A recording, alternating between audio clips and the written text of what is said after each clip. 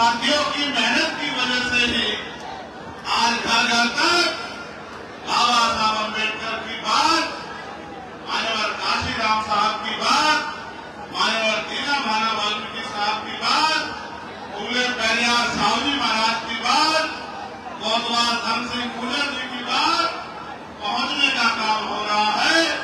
मैं इसके लिए पूरी पार्टी के नेताओं का आभार प्रकट करता हूं।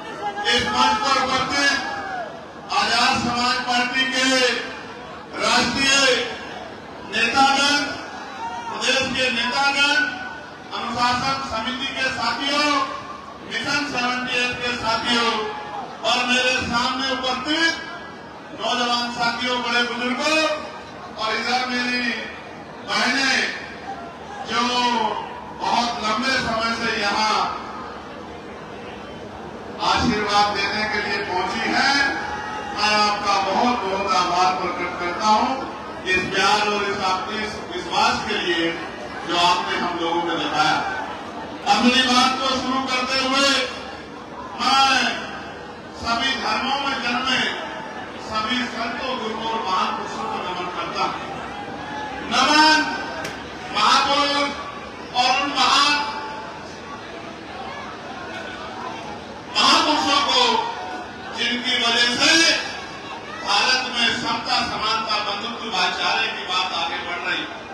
मैं महामानव तथागतपुर से लेके संत शिरोमणि सद्गुरु रविदास, भगवान वाल्मीकि, गुरु नानक देव, संत कबीर, नारायण गुरु, गुरु घासीदास, संत गाडगे जी महाराज और मां सावित्रीबाई फुले, मां राष्ट्रपिता ज्योतिबा फुले, मां फातिमा शेख, छत्रपति साहू जी महाराज, डॉक्टर बाबा साहब अम्बेडकर, ईवी पेरियार रामानायक स्वामी, पेरियार ललाई यादव, बाबू जगदेव प्रसाद कुशवाहा, जननायक कपूरी ठाकुर, महामना रामसु वर्मा, चौधरी महाराज सिंह भारती, सर छोटू राम, मान्यवर दीना भाना वाल्मीकि और मान्यवर काशीराम साहब को नमन करता। सम्मानित साथियों, ये मेरठ की वो क्रांति रहा है जहां 1857 का गदर, 1857 की क्रांति इसी मेरठ की धरा से शुरू होने का काम किया और कोतवाल धन सिंह गुर्जर और माता देव वाल्मीकि जी ने उसका नेतृत्व कर पूरे भारत की गुलामी की बेड़ियों को काटने का बिगुल इसी मेरठ की धरती से बजाने का काम किया। हालांकि उनके इतिहास को छिपाने का काम किया, उनके इतिहास को चुराने का काम किया, उनको जमी दर्ज करने का काम किया, लेकिन जब तक हम जैसे लोग जिंदा हैं अपने महापुरुषों के इतिहास को न दबने देंगे और न ही किसी को चुराने देंगे। महापुरुषों के इतिहास को हर घर पहुंचाने का काम करेंगे।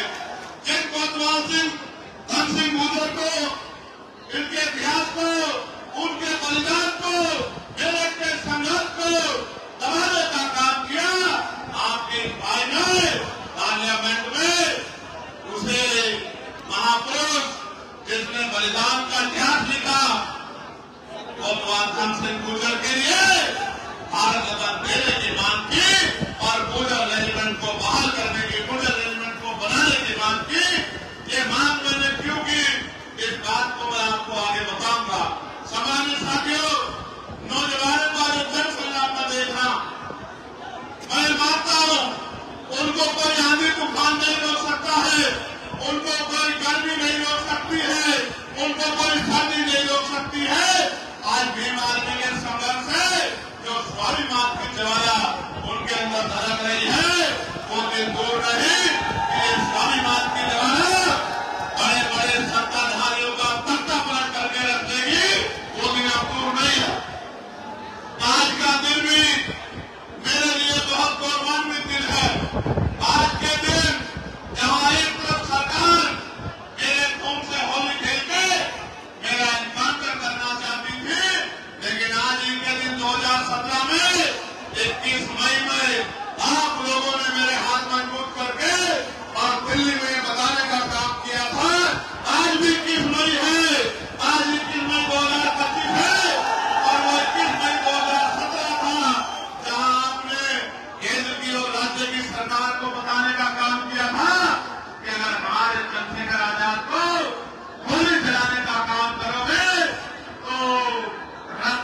दिया बहा देने का काम हम सब लोग करेंगे और एक ऐतिहासिक जन सेना आपने जुटाने का काम किया था।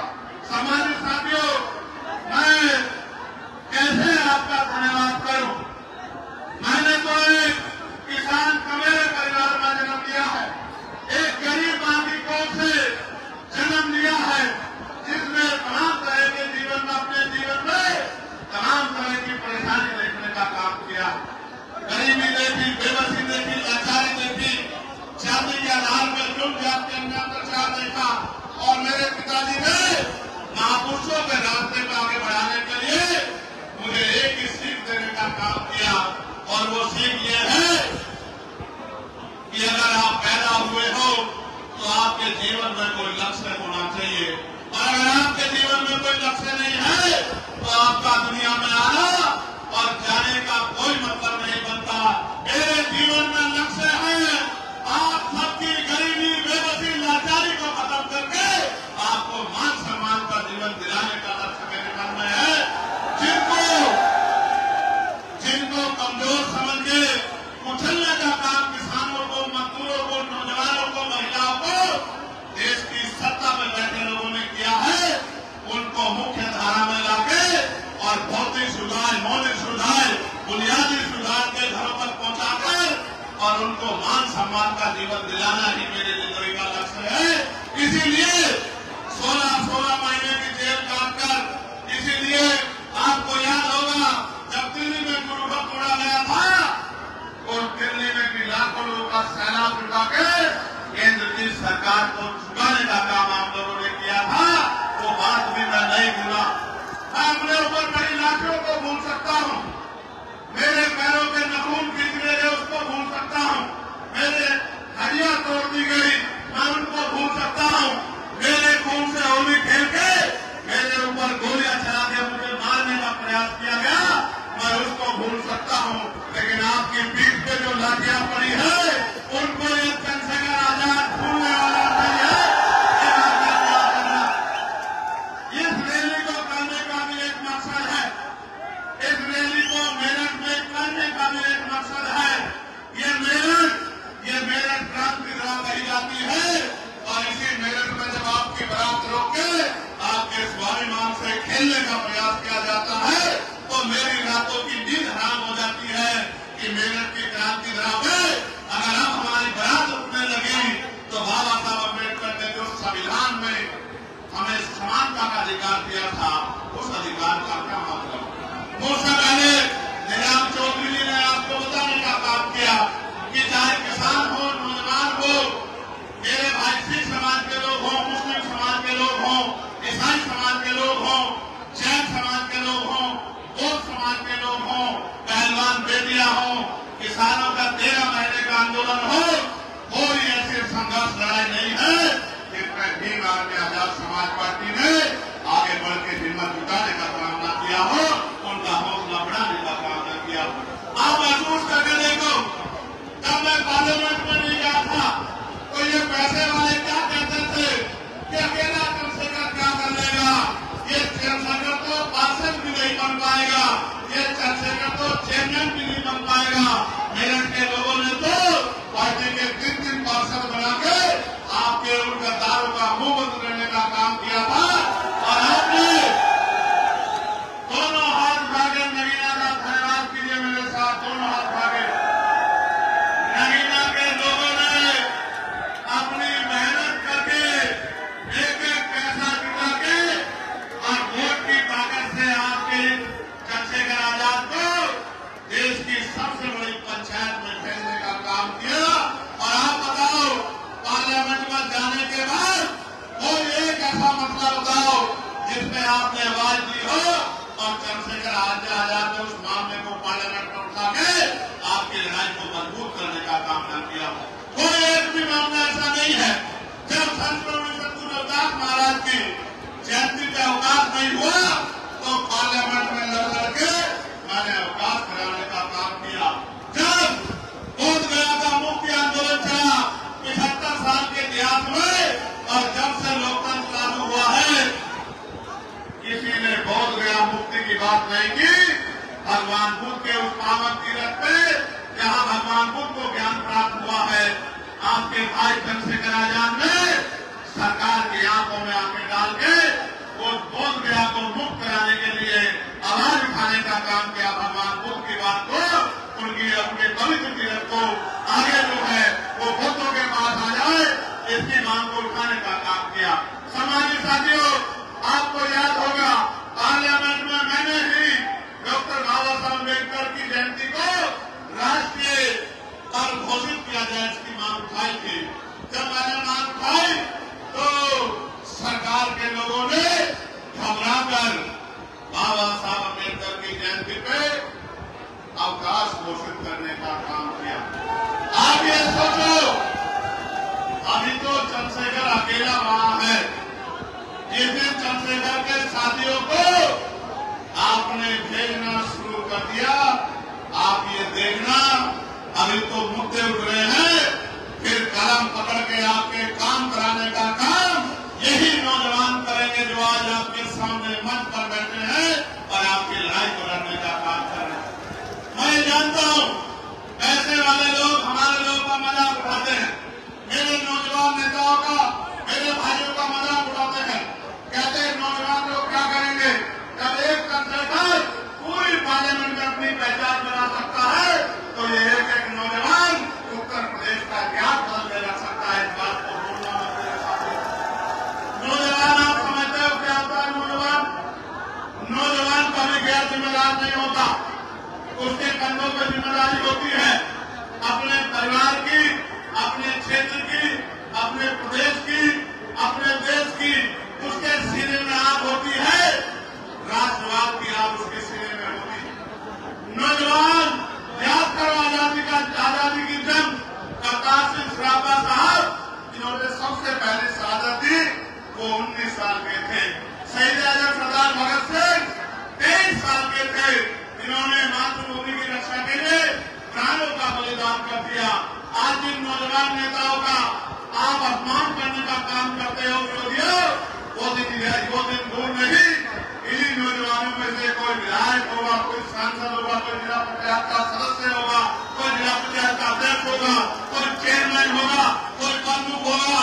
जिन जनता ने जिस तरह मेरे सर पे हाथ रखा है, मेरी बात पे पहरा देके इनके सरों पे हाथ रख दिया, वो दिन दूर नहीं कि इन गरीबों की तरफ हाथ उठाने वाला ज्यादा दिन तक चैन की जिंदगी नहीं जी पाएगा।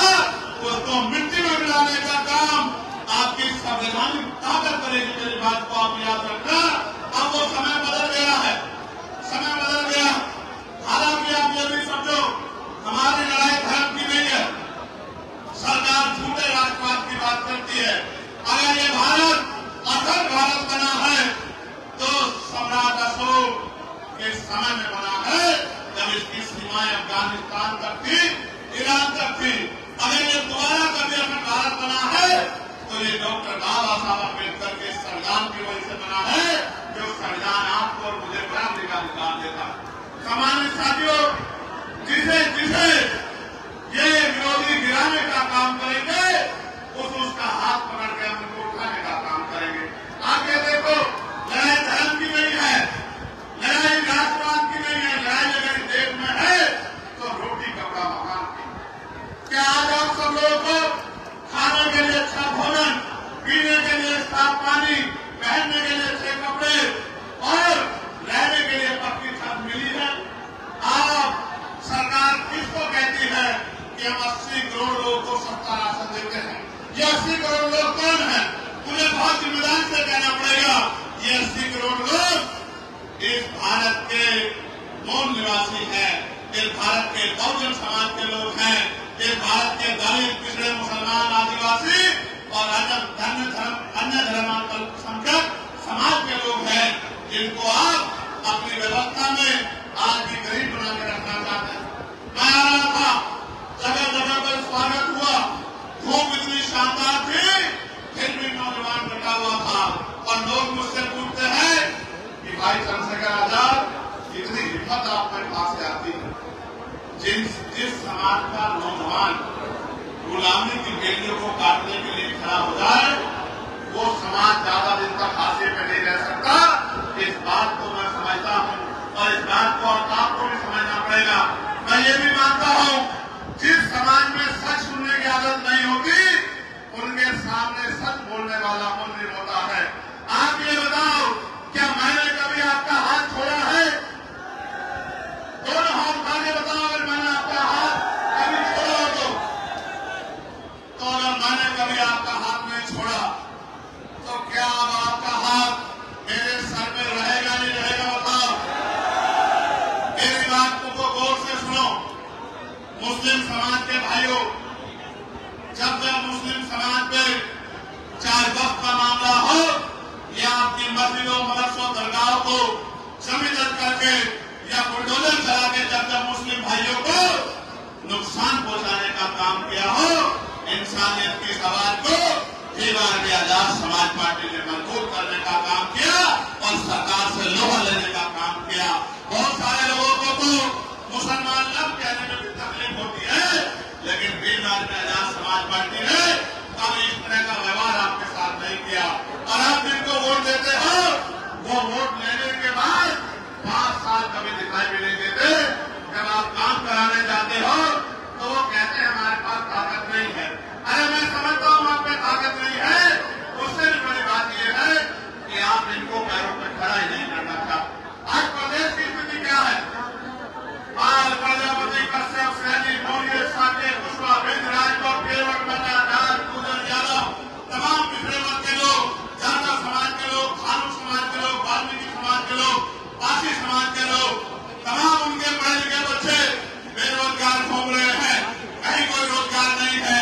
कोई भर्ती आती है तो पेपर लीक हो जाता है, कोई भर्ती आगे बढ़ती है तो आरक्षण का घोटाला हो जाता है।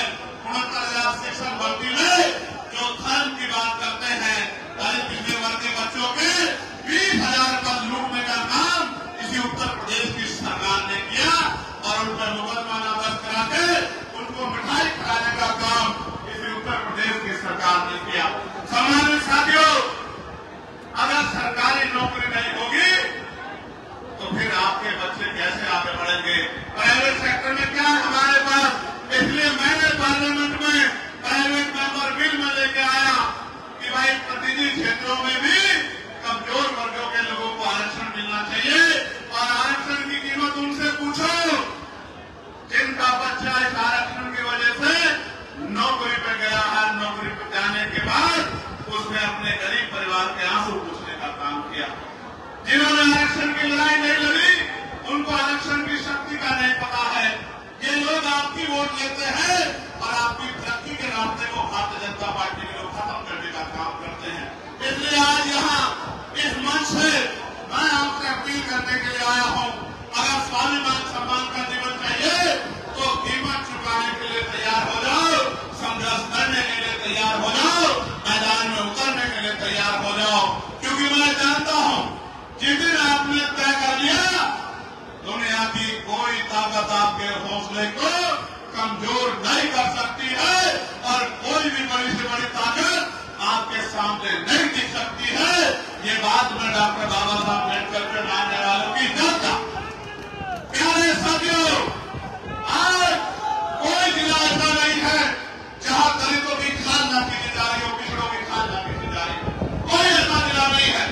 कई मार के रखते हैं, कई बहन बेटियों का रेप करते हैं, कई घर जलाते हैं।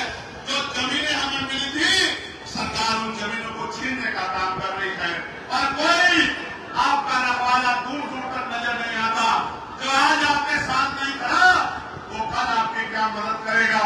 मैं आपको ऐलान करके कहता हूं, अगर आपकी जो कोई आंख उठाए तो भीम आर्मी आजाद समाज पार्टी को याद करना। ये सब लोग आपके सम्मान में और आपकी ताकत को बढ़ाने के लिए, क्योंकि मैं ये भी जानता हूं, मैंने ये सुना है कि मेरठ जिसके साथ होता है उत्तर प्रदेश और केंद्र में उसी की बात गलती है। इसलिए मैंने मेरठ को चुना है सबसे पहले कि मेरठ के लोगों का आशीर्वाद मुझे मिलना चाहिए। बताओ मेरठ का आशीर्वाद मिलेगा नहीं मिलेगा? अब एक बात को गौर से सुनना, नौजवानों आपसे भी कह रहा हूं,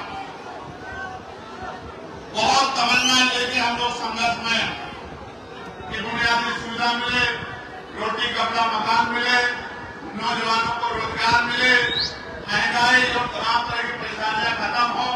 आप महसूस करके देखो, बिजली के दाम से लेके पानी के दाम, सड़क कहाँ बनेगी, स्कूल कहाँ बनेगा, यूनिवर्सिटी कहाँ बनेगी, मेडिकल कॉलेज कहाँ बनेगा, नौकरी किसे मिलेगी, रोजगार किसे मिलेगा, इंडस्ट्रियल एरिया किसे कहाँ लगेगा, ये सब सरकार तय करती है। और 2027 में 15 साल का सूखा हो जाएगा। 15 साल का, 15 साल में क्या देखा हमने? थाने में जाते हो सुनवाई नहीं होती, सरकारी दफ्तरों में जाते हो सुनवाई नहीं होती, जुर्म जाती होती है, न्याय नहीं मिलता। इस 15 साल के सूखे में खत्म करने के लिए दिन रात हम लोग जुटे हैं। इस सूखे को खत्म करने में मदद कराओगे नहीं कराओगे बताओ? जब नगीना के लोग इस सूखे को खत्म कर सकते हैं, तो क्या मेरठ के लोग इस सूखे को खत्म नहीं कर सकते हैं? बताओ। अभी भी कोई टैक्स देना बाकी है क्या चंद्रशेखर के लिए? कौन हाथ उठा के बताओ, अभी भी कोई टैक्स बाकी है क्या? क्या मेरे समर्पण में कोई कमी है? क्या भीम आर्मी आजाद समाज पार्टी के संघर्ष में कोई कमी है? अब तो आपको हाथ आगे बढ़ाना है और गांव गांव में निकल के बूथ कमेटी, सेक्टर कमेटी, भाईचारा कमेटी बना के अपनी ताकत बढ़ानी है। और आने वाले त्रिस्तरीय पंचायत चुनाव में आजाद समाज पार्टी को ताकतवर बनाओ। बताओ बनाओगे नहीं बनाओगे? जोर से बताओ बनाओगे नहीं बनाओगे? विरोधियों को मुंह तोड़ जवाब दोगे नहीं दोगे? देखो, मान्यवर काशीराम साहब ये कहते थे कि तमन्ना अगर सच्ची हो तो रास्ते हजार होते हैं, तमन्ना अगर झूठी हो तो बहाने हजार होते हैं। भाई दरोगा जी, आराम से।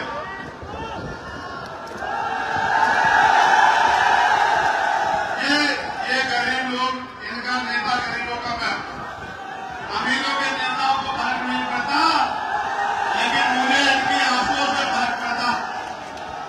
वो मेरा भाई है, मैं उसको कहूंगा कि वो वहीं रुक जाए। ये भी अपनी ड्यूटी कर रहे हैं, मगर तू ये जान ले, मेरे साथ फोटो खिंचवाने से तेरा जीवन नहीं बदलेगा। ये दिन काम में ताकत होगी, रोजगार देकर तेरा जीवन बदलने का काम। जब रोजगार मिलेगा, 4 पैसे जेब में होंगे, तो माँ को हवाई जहाज का सफर कराना, माँ को देश दुनिया दिखाने का काम करना, बहनों के सपने पूरे कराने का काम करना, तब जाके मेरे दिल में भी खुशी होगी जब इस काम को आप लोग करने का काम करोगे। मेरी माँ को दुनिया दिखाने का काम करोगे, उनके आंसू पूछने का काम करोगे, उनको सुख सुविधा देने का काम करोगे, उनकी तकलीफों को दूर करने का काम करोगे, तभी जाके मेरे दिल में ठंडक पड़ेगी। और कोई इसके अलावा रास्ता नहीं है। भाई आप चिंता न करो, आपकी मेहनत और हम सबकी मेहनत मिलकर 2027 में उजाला करने का काम करेगी। मेरे लोगों को याद रखना पड़ेगा। प्यारे साथियों, कुछ मांगे जो मुझको दी गई थी कि इन मांगों पर चर्चा होनी चाहिए। मैं आपको विश्वास दिलाता हूं, आपकी मांगों को पार्लियामेंट में उठाने का काम करूंगा। मैं आपको इस बात का विश्वास दिलाता हूं। मांग ये है कि हस्तिनापुर क्षेत्र को पर्यटक स्थल घोषित किया जाए और रेलवे लाइन से जोड़ा जाए। जिसकी क्षेत्र के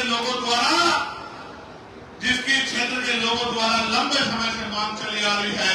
मैं आपको विश्वास दिलाता हूं कि आपका चंद्रशेखर आजाद इस मांग को पार्लियामेंट में उठाने का काम करेगा। मैं आपको विश्वास दिलाता हूं।